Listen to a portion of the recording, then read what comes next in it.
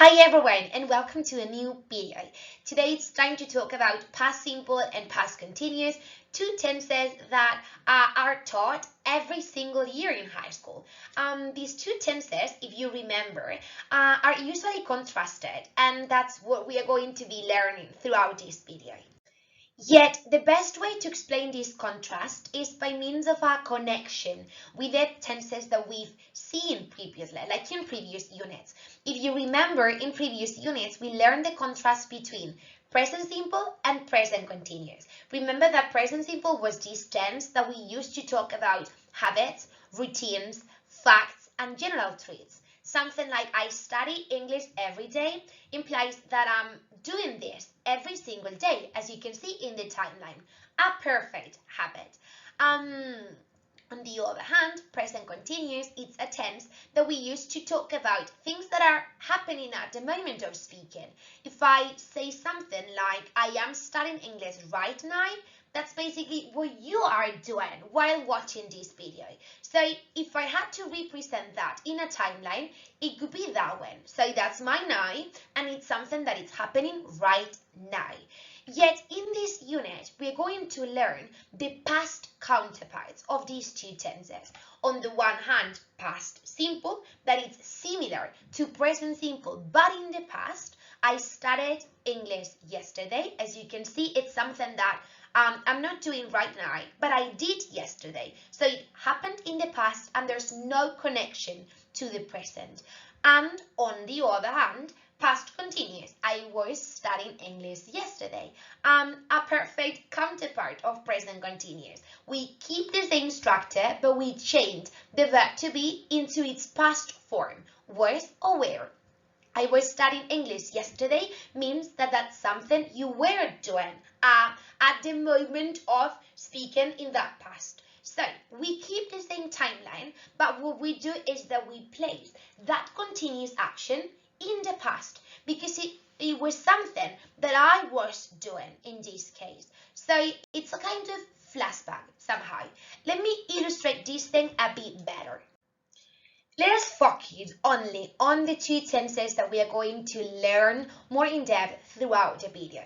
Past simple, as I was mentioning, it's a tense that we use to talk about completed actions, things that have already finished and present no connection to the present. I studied English yesterday, okay, great for you, but now you're a different person. You're not doing that right now. Or now basically. On the other hand, we can see past continuous, which is used to talk about things that were happening in the past, okay? But not now. They're not connected to the present at all. I was studying English yesterday implies that you imagine myself doing that thing, not now, but yesterday. Easy peasy. Here you can also see the timelines, okay? How the past simple is something that happened in the past and just that, no connection to the present. And the past continuous, it's my flashback in the past. As we've learned in previous videos, this is the structure of past simple. You may be familiar with this one because past simple is an all-time favorite. Let me tell you that the subject is not an issue here, it's not a problem or an obstacle because, I don't mind who the person is. In the affirmative, there's going to be a distinction between regular and irregular verbs. Regular verbs take ed, such as play, played, listen, listened, and irregular verbs need to be learned by heart. That means I need to check the irregular verb list. You'll find one below with some patterns so that it's easier to study it if you haven't done it yet. And well, it's something that, as I was saying, we need to learn by heart. There's no rule, no hay ninguna regla en este caso. En el caso de los regulares sí que hay regla, que es simplemente añadir ed, pero los irregulares van de memoria, no tienen regla. Que el pasado de do sea did y de it sea ate, es así y ya está. Entonces no podemos hacer tampoco nada más que estudiárnoslo. In the video devoted to past simple, I explained as well the pronunciation of the ed ending. In case you want to learn a little bit about that thing, you can go to that video and check it. If we move to the negative form, we keep the same structure, the structure that we always have in English. There's an auxiliary, in this case, In the past simple, instead of do or does, we have did, the past counterpart. And also we negate it, so we add an apostrophe T or a not. You can say didn't or did not. In this case, it's important to notice that the verb remains in its form, okay, in its verb form, basically, because the past it's included, okay, in the auxiliary, no in the verb. Es el auxiliar el que toma el pasado y no el verbo. Con lo cual, importante, el verbo en infinitivo. No se mete ed ni irregulares ni nada por el estilo. Lo mismo pasa en la interrogativa, where we can see that the auxiliary is placed at the beginning, then the subject, and then the verb, as always. It is the auxiliary, the one affected by the past, basically. And then the verb remains in its verb form. In this case, you can even see a summary there, but it's once again the same thing. We've been talking about past simple for a while, saying that is this tense that we use to talk about actions that finished in the past. But what about past continuous? Well, past continuous is this tense that we use to talk about actions that were happening in the past. Not that happened, but that were happening. As you can see in the timeline, something like I was teaching English yesterday at 11 a.m. means that that's something I was doing in the past. So you're going to see it as a kind of flashback, and you're going to see myself teaching English, okay, but in the past. There's no connection to the present. I'm a new person now, let's say. Here you can see different people that were doing things in the past. Like, I don't know, she was calling her boys, he was taking pictures, and the thing that comes to my mind is the picture of that person doing that thing in the past. Here you can see other examples, such as I was studying English when the telephone rang, so you imagine the person doing the action, or while I was having a shower, the telephone rang. The same thing, you imagine the person having a shower. Everything connected to the past. Perhaps you've noticed that there's a when and a while in those sentences. We will talk about this thing later, but before that, let me show you the structure of past continuous. Useful slide. In this slide, you will learn the common structure of past continuous. As you can see above, it's basically the same as the one of the present continuous, but in the past. Es la misma que el presente continuo, pero en el pasado. ¿Qué quiere decir eso? Que conjugo mi verbo to be, my verb to be, in the past. Instead of am, is, or are, I have was or were, as you can see there.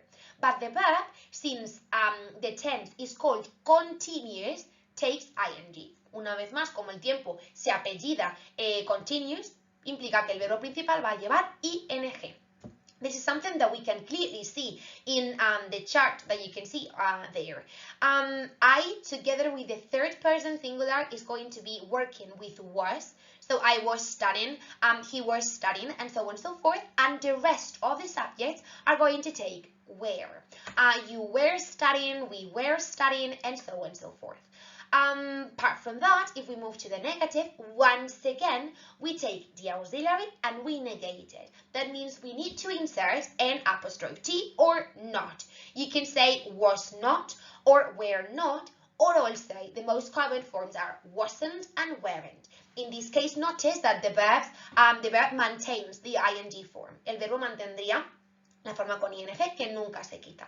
If we want to create a question, once again, the interrogative form is always the same. I mean, we keep the auxiliary at the beginning, so somehow we front it, lo ponemos al principio, ¿vale? Then we write the subject and then the verb with ing.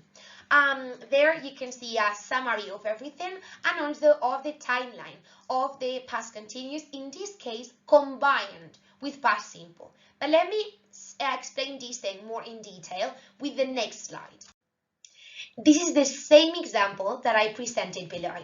I was reading a book when the phone rang. If you pay attention to this sentence, you can see that there is a past contrast, in the sense that you're not only going to find a past continuous, I was reading a book, so there was a person doing that action during a period of time in the past, but we can also see a past simple. When the telephone rang, there's a short action, hay una acción corta, que me corta la acción larga, as you can see represented in the timeline, ¿vale? Vemos, Como hay una acción larga, yo estaba leyendo un libro cuando el teléfono sonó, lo que corta mi acción larga. Todo esto dentro del pasado, ¿vale? Relacionado con el pasado porque es de lo que estamos hablando. Esto es lo más común y lo que suele aparecer en exámenes y demás, ¿vale? And that's why you need to pay attention not only to the contrast, but also to this word, when.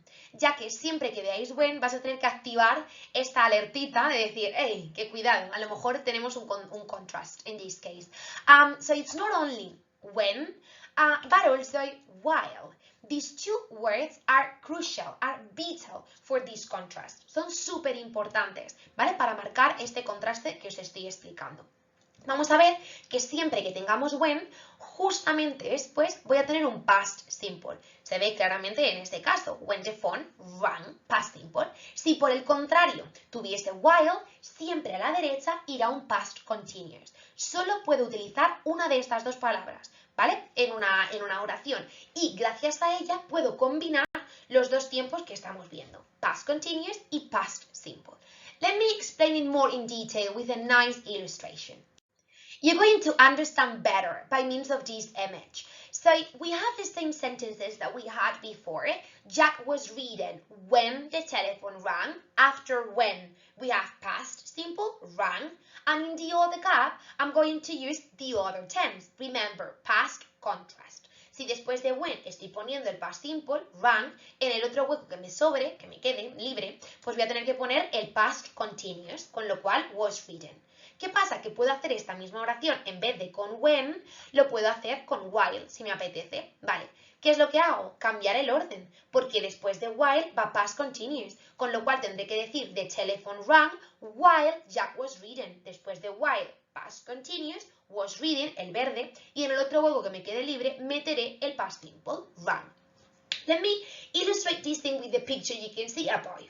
So, Jack was reading a book. I imagine Jack doing the action in the past, a flashback, but the telephone rang. So what happened? That Jack had to stop reading, tenía que parar de leer, and so that he could answer the phone. And this is the relation. This is somehow the connection and this past contrast that I'm representing. There's a long action that is cut by a short one. There's a past continuous cutted with a past simple. These two sentences mean the same. Estas dos oraciones significan exactamente lo mismo. ¿Qué hago? Juego con el orden para dar más importancia a una parte de la oración o a otra. Let me explain this a little bit better. Here you can see an explanation more in depth. Once again, after when we have past simple and after while past continuous. Volvemos a lo mismo, a la derecha de when past simple y a la derecha de while past continuous. En el otro hueco que me quede, ya sea adelante o sea detrás, meteré el otro tiempo, ¿vale? Entonces, in the example we have there, I was watching TV when Jim knocked the door, okay? We have a long action that is cut by a short one, knocking the door, okay? You can see how always after when we can see the verb in the past simple form. En la primera tenemos como después de when tengo el héroe naranja, claro, el past simple. ¿Qué pasa si yo quiero prestar más atención a ese when? Vale, pues que cojo el bloque de when con el past simple y lo pongo al principio, como tenéis en la segunda oración. When Jim knocked the door, pongo una comita para que se note la diferencia, porque como no tengo el when o el while entre medias, pues para que se marque, y pongo I was watching TV. Okay, so in this case you can see how there are two blocks. Hay dos bloques que puedo combinar, puedo colocar, bueno, tampoco tengo muchas posibilidades, o delante o detrás, puedo combinar como yo quiera. Si tengo while, como el ejemplo 3 y el 4, siempre después de while, past continuous, lo que hemos visto. Y entonces, en el otro hueco que se me queda libre, meteré el past simple. O bien el while se me queda entre medias, o bien lo pongo al principio, pero siempre lleva a su ladito el past continuous. This said, here you can see different examples, something like, while I was having a shower, the telephone rang, or when the telephone rang, I was having a shower. The same happens with when I played football, it was raining, Or while it was raining, I played football. Or I was playing football when it started to rain. There are a lot of different possibilities that you can create mixing past continuous and past simple together with when or while.